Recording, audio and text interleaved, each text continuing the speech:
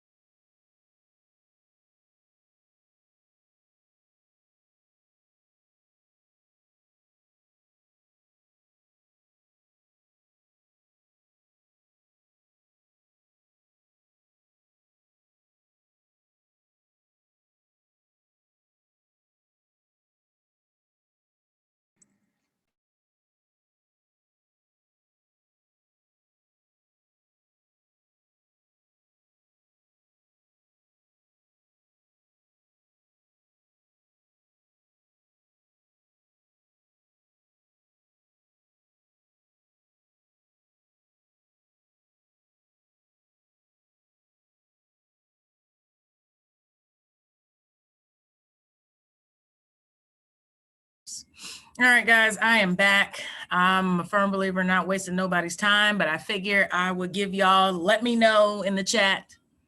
Make sure you stay muted. But I figure I'd give y'all something that's entertaining, that'll wake you up a little bit. So I need y'all's honest opinion. Y'all let me know what I should do. Should I wear these or not? So today in Lexington, right, it's snowing. If you're in Lexington or whether you're in Kentucky, whatever, if you're not, it may not be snowing near you, but it's snowing here, right? And so the shoe that I was thinking of to wear today, and you can let me know if I should do it or not in the chat, is brought to you by these Huaraches. I love these. It's my favorite sneaker. It's comfortable. All right, so let me know in the chat, should I wear these or should I just put these on ice for a nice day? You tell me, okay? Let me know in the chat what it is, what should I do? Yeah, so what we're gonna do, as I said, somebody said wear them. Okay, I will. I most definitely will. Any other feedback on them? Should I wear them? Oh, I got one that said wear them. Anybody else? So we got put them up. Put them up. I'm just saying, y'all tell me. So, I mean, I don't know. Let's see. Anyway, few things. I'm going to review the book, but I got someone say you can wear them today. I could, just let me know. Y'all tell me. Let me know in the chat. What should I do? We voting on this shoe. If you just hopping in, we voting on these wonderful Huaraches. Let me know. Okay. All right, so what we're gonna do now, just a few housekeeping items. We're gonna interact a little bit through the chat, right?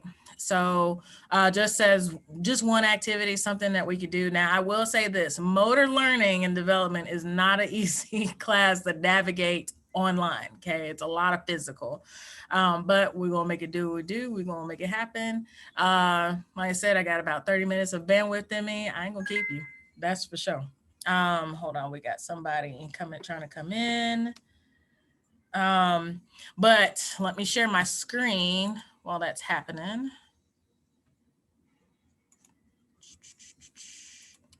All right, so you should be able to see my book. Let me know if you can see my book in the chat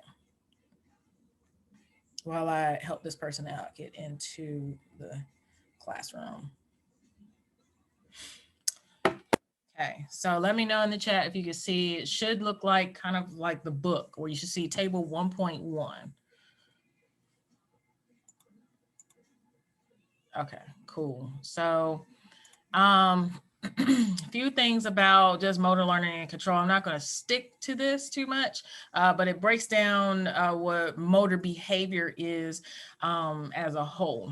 Okay, so basically all it is just a way to monitor how people move over a period of a lifespan. Okay, this is important for everybody, both teaching and non-teaching, but you're going to really kind of delve into it, especially if you're teaching, because you're going to need to know when to refine a skill, or when practice is necessary, or when participating in a certain game is necessary to enhance a skill. So it is theory heavy, it is theory based, but you're just going to use these terms to really navigate how to, I'm still admitting people into the room. You're going to really look at these terms to really understand what's going on about motor learning and development. I will say this here chart, definitely take a look at it. Definitely look at it, make sure you review it, because this is a potential pop quiz question. Okay, so and this will look different if you are on, like if you're going through your book through Brightwave. This is just directly from the website. All right, so here's our first activity, right, where it talks about coordination. Okay, now what I want you to do, I know we're not in a classroom. I see some of you guys in your car. Please don't write while you're in your car. That'd be bad. All right, so open up your chat. Yep, open up your chat and type your name with your non-dominant hand. So if you're right-handed, type with your left. If you're left-handed, type with your right and text and put it in the chat. Open up your chat box and type with your I'm curious to see, oh, y'all acting, now all of a sudden y'all got it, huh? Now, how about this? Do it with your eyes closed. Do it with your eyes closed. How about that? And let me,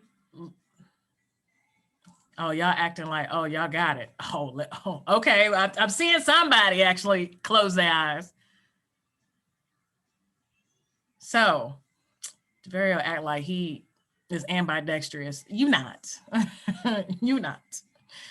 All right. So those are just kind of the things that you really go over in motor learning and development. All it is just being able to take a skill, manipulate it, or refine it. Not but possibly refine it, right? So where it talks about coordination, you could take a look at this on your own. Maybe you want to really just write it out, take your pen and paper out and see what goes on about refining that skill. Now, here's a bonus question, which is a possible pop quiz question. Is typing or texting a fine motor skill or gross motor skill? I'm curious to know your guesses. I'm not answering right or wrong. I'm just curious to see your guesses. Fine or gross? Okay, good question. Elaborate on that. So gross is, when I think of gross, I think of overall, okay? Now, fine being a little bit smaller to try to, not a lot of movement, but there is some movement going on, but gross being a major body function, major system movement. So that's what I think of gross, okay? I'm not gonna give it away too much because that's a quiz question, but, and we'll go a little bit into that, but think of gross in terms of, okay, I got to use all of this to get from point A to point B. Okay. That's where your gross is. Fine. I don't need that much movement to get from point A to point B. Okay. Okay. I'm curious to see your guesses. Devaria said, I really am. No, you not. I don't believe you. I need evidence. Okay, sir. So, all right. We got someone that said it's fine. All right. So now, since we're on this topic and we'll jump to it in the book, tell me, do you think, I'm trying to think of one. Does everybody in here, let me ask this question. Does everybody in here know what a deadlift is? Okay. Deadlift. I'm going to try to demonstrate. Okay. I'm not going to show you feet because I ain't had no pedicure. All right. Deadlift is, you got your bar here. Okay. That's your deadlift. So tell me, is a deadlift fine or gross? I'm eager to hear about it in the chat. Y'all tell me. Okay. I got fine. All right. Gross. Okay. So y'all know a little something that makes me happy.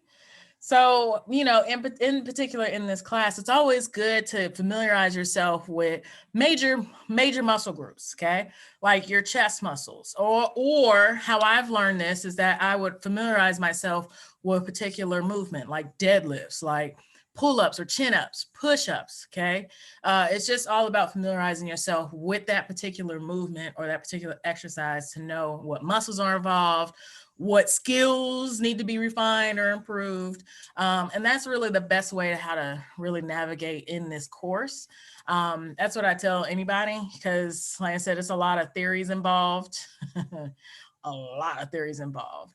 But there are some parts in here. I'm trying to find, this book is different.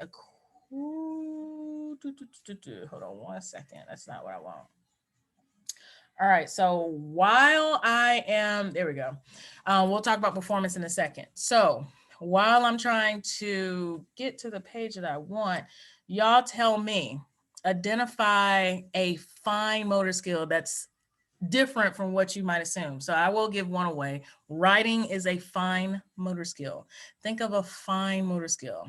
I'm interested to hear about it in the chat. Y'all tell me something that is not writing, not blinking, something that is a fine motor skill that is quite unique. Okay. So I'll say this, a fine motor skill, taking my AirPods out. Okay, that is a fine motor skill. Y'all tell me. I'm interested to hear y'all. And also I do this to make sure y'all alive. Make sure y'all still here with me. Fine motor skill. Well, we got some people thinking. Running is, I'm not going to give that away. Not going to give it away. But I do like your response. Okay, I can see charging your phone.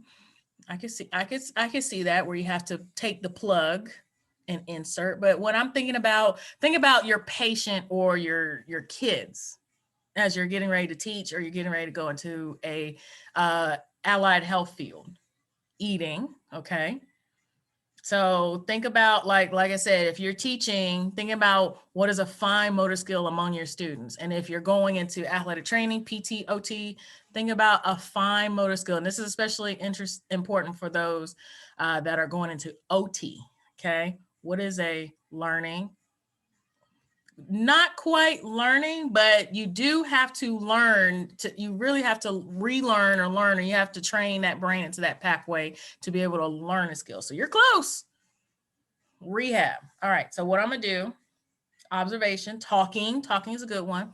Okay. So that one is quite unique. Okay. So when we think of fine, we think of doing something, kind of getting here to there, but not requiring a lot of major body parts. And that's what I think of a fine. So fine might be something as scratching. Okay. A fine motor skill could be cursive writing. Now, I don't know, I think they put cursive writing back in school, but at one point they took it out because they said it was pointless. But cursive writing is a fine motor skill. So that's what we think about.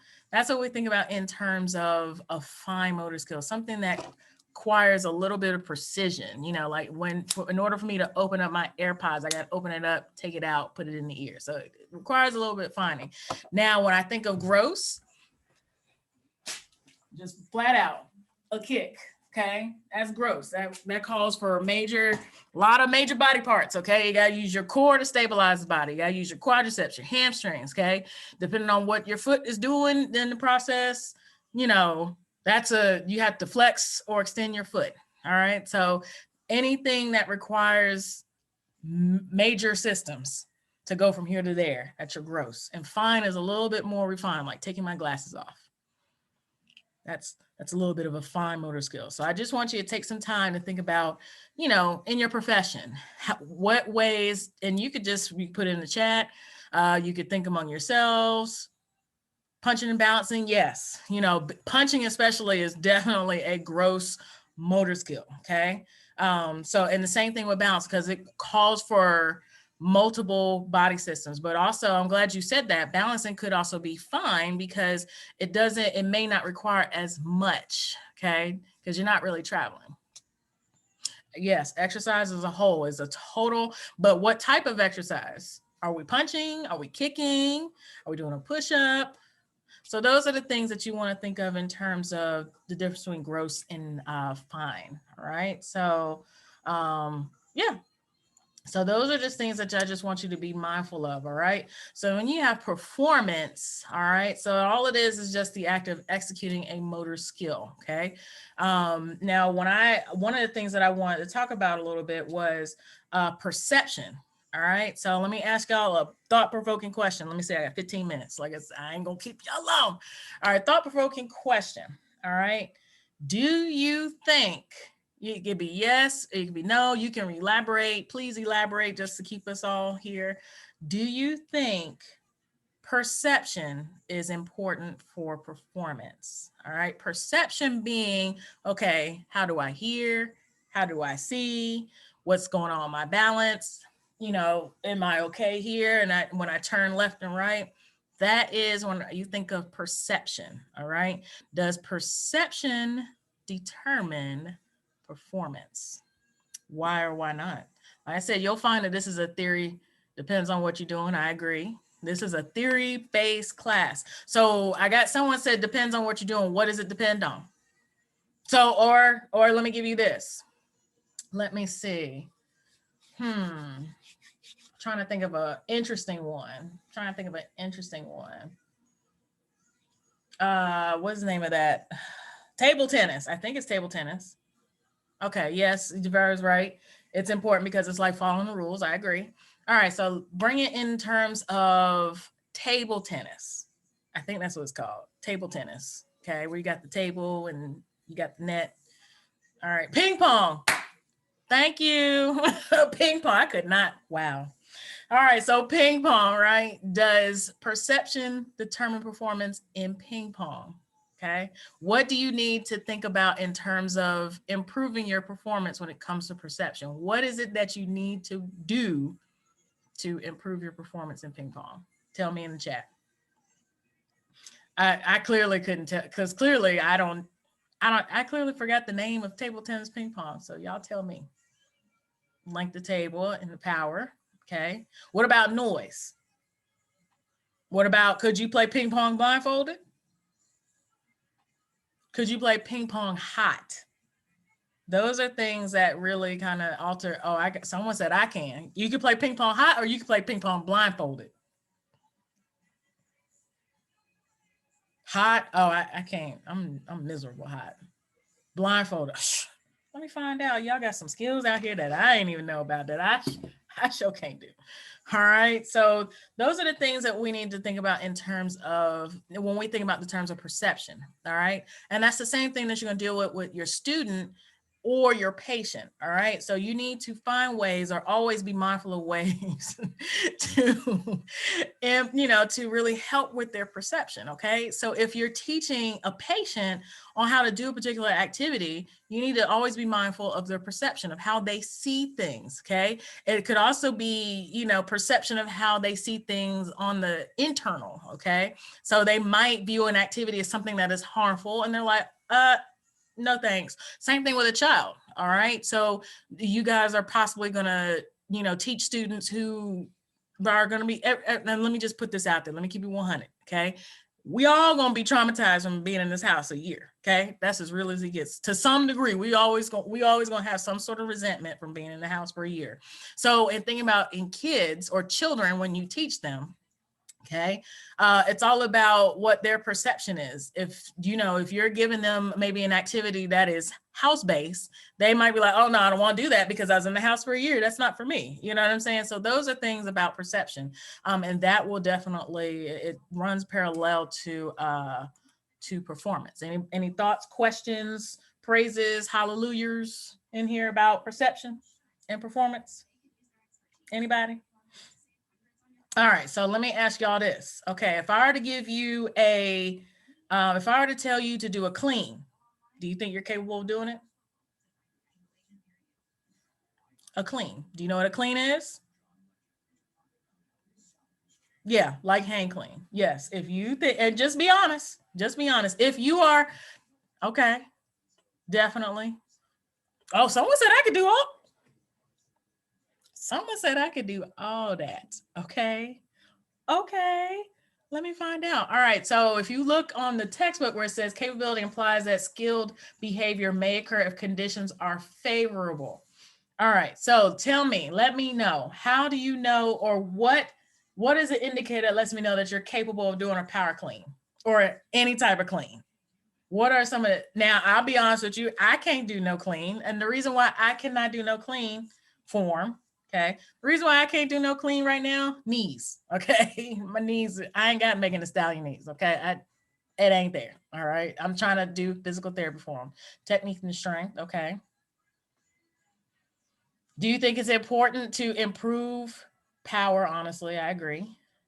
Do you guys think it's important to work with your student or your client to improve their capability? Yes. Okay. Good. So let me ask y'all this, since y'all pros, since all y'all could do the hang cleans and the power cleans and y'all could do all this stuff, what will be, tell me, y'all let me know. Matter of fact, how about this? This is what I'm gonna do. I'm gonna stop the share and I'm gonna encourage somebody to pop off one person at a time of mute and y'all teach me how to do a clean, knees, bad knees and all right? Y'all teach me since y'all got it. I'm here. So who's willing to come off of mute? Okay, so you would, since you have bad knees and you would need to start off with just the regular bar, no weight, just to work on form and technique. Okay. Regular Um, bar. Okay. I say that's about it. You always keep your chest up, back straight, bend your Anything else I'm legs, supposed to do? not too Because I know much. this ain't just a clean. You a hand clean, power clean. Let's do hang. I'm gonna just be completely clueless to this. So you're in the right position right now. You would just need to, as you're bending, your arms will need to come up and you flick the bar. So flick the bar as in like this.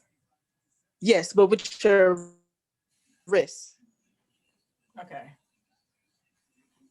It's like a flick. I can't explain it for real. Anybody Yes, help her out? like a Y'all can flick. hop off mute one at a time. Help her out. 'Cause when it goes up, your body should drop. Okay, Somebody so help me, please. anybody? Now look, so when Uh-huh. when you doing power clean or hang clean, like just off, it's really off technique, not even about strength, in my opinion. Okay. But like, just make sure your legs are shoulder width apart, and on the way up, squat to get up under it. Like, flip your wrist back, like she said, and then squat to make sure you get up under it. Now squat. Okay, so flick squat, right? Yeah, like squat as you flicking, just so it ain't as heavy, so you don't got to bring it up all the way to your chin. You get up under it. That's That was a Yeah, perfect example. okay. And yeah. now do I push up? Do I stay here? Yeah, you can lean up, and on the way up though, you let it fall back down though. Yeah, Like that. Okay. So it's here. yeah. Okay. Cool beans. Thank y'all. You're Now, welcome. y'all can mute yourselves. Now, let me know. Do you think it's something that you could potentially teach to a student? And just be mindful of your own, your own teaching strategy. What are some ways that you might be able to? I like the flicking your wrist, the flick, the squat, because that kind of gives me that idea. So, tell me what are some ways that you would change to help maybe improve someone's capability to be able to do a clean? Any tips that you would give or, I say oh, sorry, repeat that? I say when I was in high school and I was powerlifting, we always did like hang drills, like Okay. just with the bar. Just Okay. I can't describe it, but you're basically just you're not flicking your wrist. You're just going up as if you're going to flick it, but you don't. You immediately drop it back down. And you Right. keep doing it until you get the rhythm of that. Okay. So I got my 10-minute marker on my meeting. So what we're going to do, and then I got probably about 7 minutes left. Thank you guys. I really appreciate you guys for interacting with a sister. Cause like I said, these online lectures be intense. All right. So now what we're going to talk about, when we talk about teaching a skill or anything of that nature, I'm trying to get to the chart where it talks about age groups. If I can find it. And it's not letting me find it. Okay. So one of the things it does, and I'll reshare my screen really quickly, is that come on, screen. All right. So it talks about, balance and coordination and endurance. All right. So by doing a clean, there might be some element of balance in there. Okay. And of course, the same thing where you talked about, both of you guys were talking about flicking your wrist and squat down at the same time. All right. So, you always want to keep that in mind when you're teaching a particular movement or an activity with your student or your patient. All right. The level of coordination that you have to really teach for some people. And surprisingly, I did that because I'm hella uncoordinated. All right. As well as stamina. It is a power move for sure. All right. So a lot of those Olympic lifts are all about power. So it's all about, and you might be able to find a way to test for endurance in your students or in your patients. So, and we'll get a little bit into that into the course. It's just kind of a run through of chapter 1 and overall what the whole chapter or whole class is about. Now, what I was trying to get into, but this stupid book is moving so slow, I ain't gonna talk about it. whatever, because I got 5 minutes. So it talks about a little bit of your age groups. All right. So we talked about motor learning and development being an issue or something to consider that goes over a period of a lifespan. Okay. Now, let me ask you this real quick. Would you ask a senior citizen to do a clean? You can say yes or you can say no. No. Heck no. I would never make a senior citizen do a clean unless they're that young lady who's like 84 and she's a bodybuilder. I might ask her. But for real, or think about it. Would you ask your mama or your, I mean, for real, she's like what, like 84? I think she's like 84. She's a beast. She's healthier than she's probably healthier than me, for real. But think about it. Would you make your mom and your dad do a hang clean? What will be an alternative to a hang clean for someone who might be your mom or your dad or your grandparents? What will be an alternative exercise? Picking up the laundry basket. I like that. That's a good one. I like that. Thank you. Yes, they will do it. An alternative to a clean. I like picking up the laundry basket. Any others? Maybe picking up like a heavy package, maybe?